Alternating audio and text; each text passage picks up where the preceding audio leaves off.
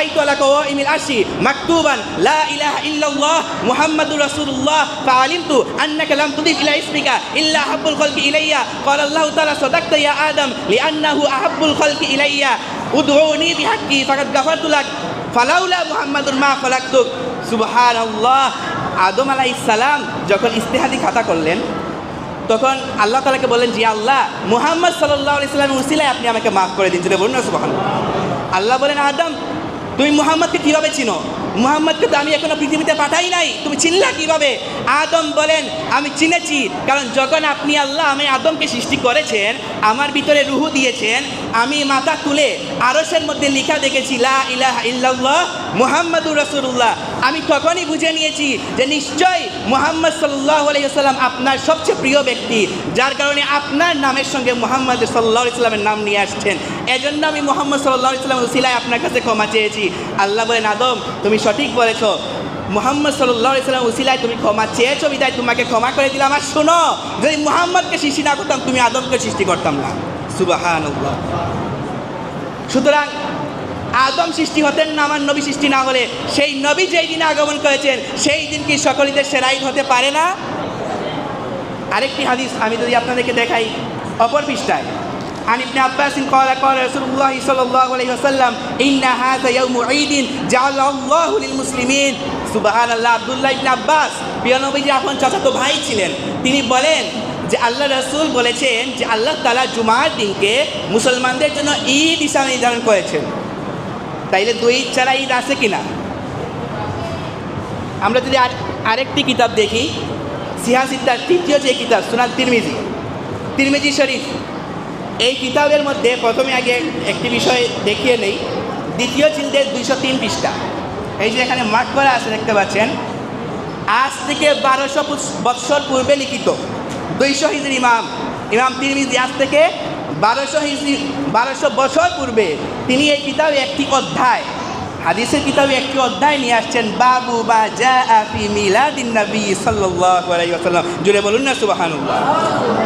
এই কিতাব থেকে একটি হাদিস শরীফ দেখাতে চাই, তাফসীর অধ্যায়ে এসেছে যে কারা ইবনু আব্বাস আল-ইয়াউমা আকমালতু লাকুম দীনাকুম ওয়া আতমামতু আলাইকুম নি'মাতি ওয়া রাদিতু লাকুম ইসলাম দীনা।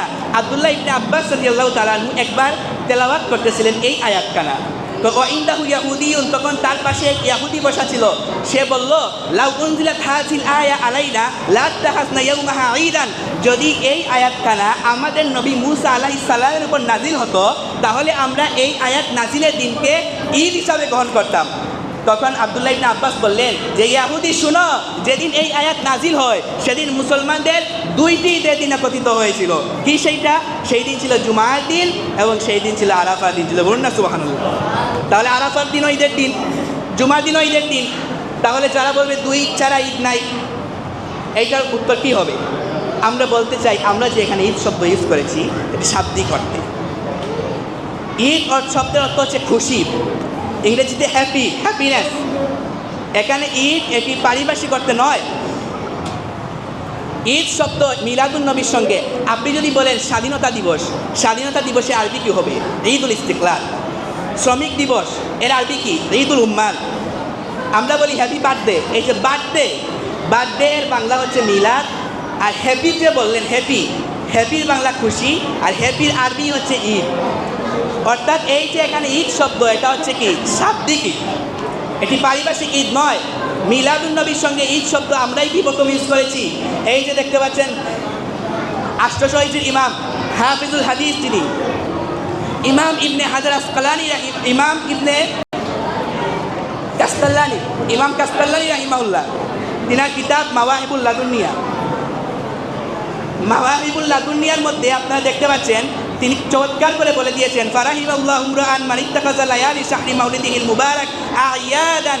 তিনি বলেছেন আজ থেকে 700 বছর পূর্বে ইমাম কাস্তাল্লানি রাহিমাহুল্লাহ তিনি বলে দিয়েছেন যে আল্লাহ তাআলা ওই ব্যক্তির প্রতি রহম করুন যে মিলাদুন নবীর রাতগুলোকে ঈদ হিসাবে গ্রহণ করেছে। জুড়ে বলুন না সুবহানাল্লাহ। একটা সময় ইন্টারনেট ছিল না, আমাদেরকে অনেকে ধোঁকা দিত, অসত্য প্রচার করে বলতো ভারত বাংলাদেশ পাকিস্তান ছাড়া আর কোথাও মিলাদুন নবী নাই, আর কোথাও মাচান নাই, আর কোথাও মিলাদ কিয়াম নাই, এরকম বিভিন্ন কথা বলতো। কিন্তু সময়ের পরিবর্তনে যখন হাতে হাতে মোবাইল চলে আসলো তখন মানুষ দেখতে পেল আরে কি মিশর বলেন, কি ফিলিস্তিন বলেন, কি সিরিয়া বলেন, কি দামেস্ক বলেন, কি ইয়েমেন বলেন, কি ইন্দোনেশিয়া বলেন, কি মালয়েশিয়া বলেন, কি থাইল্যান্ড বলেন, পৃথিবীর যত মুসলিম কান্ট্রি আছে প্রত্যেক মুসলিম কান্ট্রিতে ঈদে মিলাদুন্নবী সাল্লাল্লাহু আলাইহি সাল্লাম রাষ্ট্রীয়ভাবে উদযাপন হয়। জুড়ে বলুন না মারহাবা। আর অমুসলিম কান্ট্রি আমেরিকা বলেন, ইংল্যান্ড বলেন, চায়না বলেন, যেখানেই মুসলমান আছে সেখানে ঈদে মিলাদুন্নবী উদযাপন হয়। আমি শুধু দেখাতে চাই আল আজহার শরীফ, কাবাতুল ইলম, আল আজহার 1086 বছর থেকে ইলমের রাজত্ব করতেছে আল আজহার মুসলিম বিশ্বে। সেই আল আজহার মিলাদুন্নবী সম্পর্কে কি বলে, আল আজহার কীভাবে উদযাপন করে, এটা আমি আপনাদেরকে দেখাতে চাই। এখানে আমি একটি কিতাব নিয়ে আসছি আপনাদের জন্য। এটা হচ্ছে বর্তমান মিশরের ধর্মমন্ত্রী, যিনি মিশরের ধর্মমন্ত্রী উসামা সঈদ আল আজহারি হাফিজাউল্লাহ, তিনার লিখিত এই কিতাব। তিনি এখানে মিলাদুন্নবী সাল্লাল্লাহু আলাইহি সাল্লাম সম্পর্কে বিস্তারিত তালিলিক আলোচনা করেছেন। তো তিনি যে আলোচনাটা শুরু করেছেন, শুরুতে তিনি কি লিখতেছেন? তিনি লিখতেছেন লাকাদ কানা সালাফুস সালেহ রাদিয়াল্লাহু আনহুম ইস্তাকবিলুনা ইয়াওমা মাউলিদিল শরীফ সাল্লাল্লাহু আলাইহি ওয়াসাল্লাম বিসসালামি ওয়াত তা'যীমি ওয়াত তাহিয়াতি ওয়া ইয়াদিরুনা বিহি ফারহান ওয়া লাইসা কামা ইয়াফহামু বা'দুহুম আন্না সালাফা তাজাহালু ইয়াওমা মাউলিদিহি ওয়াল আমসিলাতু আলা কাসীর জিদ্দান নাযকুরু মিনহা। তিনি এখানে লিখে দিয়েছেন যে মিলাদুন্নবী সাল্লাল্লাহু আলাইহি ওয়াসাল্লাম আমাদের সলফে সালিহিন যারা ছিলেন সবাই খুব জাঁকজমকপূর্ণভাবে উদযাপন করতেন। এমনটা নয় যেটা অনেকে ধারণা করে যে মিলাদুন্নবী এটা এমন হয় কিছুদিন আগে আবিষ্কার হয়েছে, সালফে সালিহিনরা করতেন না, এরকম নয়। একথা বলে তিনি এখানে বিস্তারিত তালিলিক আলোচনা করেছেন। আমি আরেকটি যেটা দেখাতে চাই গুরুত্বপূর্ণ, আল আজহারের ম্যাগাজিন, আল আজহারের ম্যাগাজিন, আল আজহার শরীফ থেকে প্রতি মাসে মাসিক একটি ম্যাগাজিন বের হয়, যেখানে আজহারের ডক্টররা বড় বড় বিখ্যাত লেখকগণ আর্টিকেল লিখেন। এটা আল আজহার থেকে প্রতি মাসে একটি বের হয়। এটা গত বছর রবিউল আউয়াল মাসে বের হয়েছে। এটা আমি আসার সময় নিয়ে আসছি। এখানে দেখেন একটি আর্টিকেল তিনারা নিয়ে আসছেন, ইনায়াতুল আজহারিয়িন বিল ইহতিফাল বিমাউলিদ সাইয়্যিদিন নাবিয়্যিন, অর্থাৎ মিলাদুন্নবী উদযাপনে আল আজহারের কার্যক্রম। আল আজহার কীভাবে মিলাদুন্নবী উদযাপন করে এখানে তিনারা একটা আর্টিকেল নিয়ে আসছে। বিস্তারিত করার সময় নেই, আমি শুধু মেইন কয়েক বিষয়গুলো টাচ করব। এখানে তিনারা লিখেছেন সাকাল আফতাল আজহারুশ শরীফ মুতামাসসিলান ফি শাইখিহি ফাদিলাতুল ইমাম আকবার হাফিজাহুল্লাহ ওয়া সাইরু মাশাইখিল আজহার আলা মাররিদ দুহুরি ওয়াল উসুরি ওয়া কাযালিকা হাইয়াতুল কিবারিল উলামা মাজমুউল বুহুস আল ইসলামিয়্যা ওয়া মা'হাদুদ দারুল ইফতাল মিসরিয়্যা ওয়া হিয়া হাইয়াতুল মুনুদ বিহা বিল ফতওয়া আফতু বিজাওয়াজ বাল বিইস্তিহবাবিল ইহতিফাল বিমাউলিদ সাইয়্যিদিনা মাওলানা মুহাম্মদ সাল্লাল্লাহু আলাইহি ওয়াসাল্লাম মুস্তাদিল্লিন আলা যালিকা মিনাল কুরআনি ওয়াস সুন্নাহ। সুবহানাল্লাহ। এখানে লিখে দিয়েছেন আল আজহার শরীফের ফতোয়া এবং মিশরের রাষ্ট্রীয় ফতোয়া দারুল ইফতা আল মিসরিয়ার ফতোয়া মিলাদুন্নবী উদযাপন এটা আফতু বিজাওয়াজ। তিনারা জায়েজের ফতোয়া দিয়েছেন, শুধু জায়েজের ফতোয়া দেন নাই, তিনারা বলেছেন এটা উদযাপন করা এটা মুস্তাহাব। জুড়ে বলুন না সুবহানাল্লাহ। এখানে তিনারা দারুল ইফতা আল মিসরিয়া মুসলিম বিশ্বের 1 নম্বর যে ফতোয়া বোর্ড, সেই ফতোয়া তিনারা উল্লেখ করে দিয়েছেন।